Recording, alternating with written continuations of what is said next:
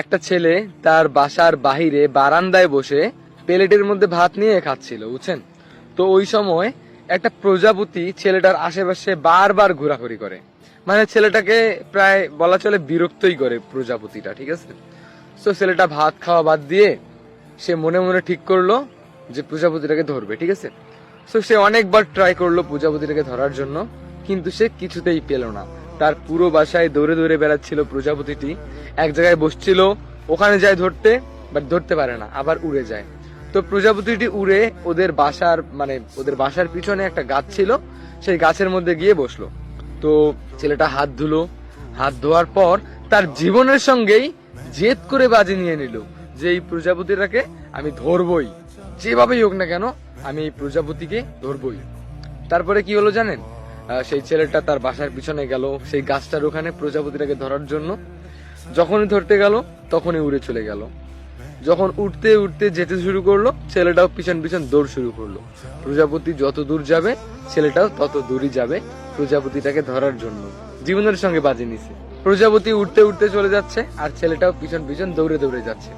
এক পর্যায়ে দেখা গেল প্রজাপতিটি এমন একটা জায়গায় গিয়ে বসলো, সেখানে ছেলেটা গিয়ে দাঁড়িয়ে পড়লো।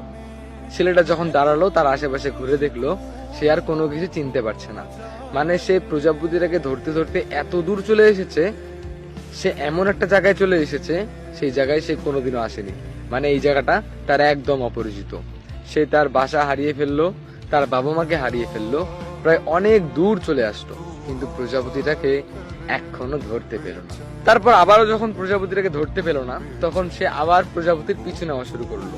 সে যেহেতু সবকিছুই হারিয়ে ফেলেছে, তার বাসা, তার বাড়ি, তার বাবা মা সবকিছু যখন হারিয়ে ফেলেছে, তখন সে আর ফিরতেও চায় না, প্রজাপতিটাকে ধরেই ছাড়বে। এরপরে প্রজাপতিটা আস্তে আস্তে পাহাড়ের উপরে উঠতে লাগলো, ছেলেটাও পাহাড়ের উপরে উঠতে লাগলো, ঠিক আছে?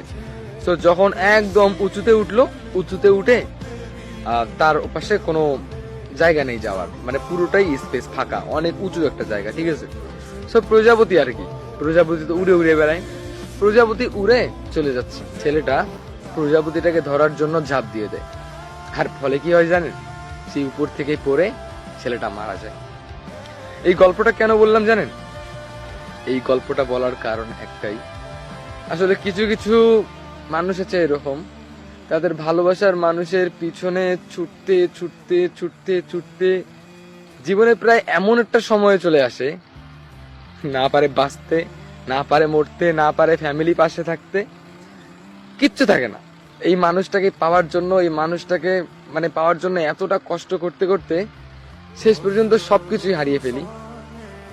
এই মানুষটাকে পাওয়ার জন্য এতটা কষ্ট করলাম, এতটা স্যাক্রিফাইস করলাম, শেষ পর্যন্ত সেই মানুষটাই ধোঁকা দিয়ে চলে যায়, ওই প্রজাপতির মতো উড়ে চলে যায়, আর ধরা দেয় না। এই গল্পটা কি বুঝতে পারছেন আমি কিসের জন্য বলছি? যদি বুঝে থাকেন একটা শেয়ার করে দিবেন, ওকে? আর আপনাদের জীবনে কার কার সাথে এরকম হয়েছে একটু কমেন্ট করে জানাবেন। আসলে কিছু কিছু ভালোবাসা এরকম, আপনি খুব চেষ্টা করবেন তাকে পাওয়ার জন্য, শেষ পর্যায়ে আপনি নিজেই ধ্বংস হয়ে যাবেন, কিন্তু আপনার ভালোবাসার মানুষকে পাবেন না। মিলিয়ে দেখবেন।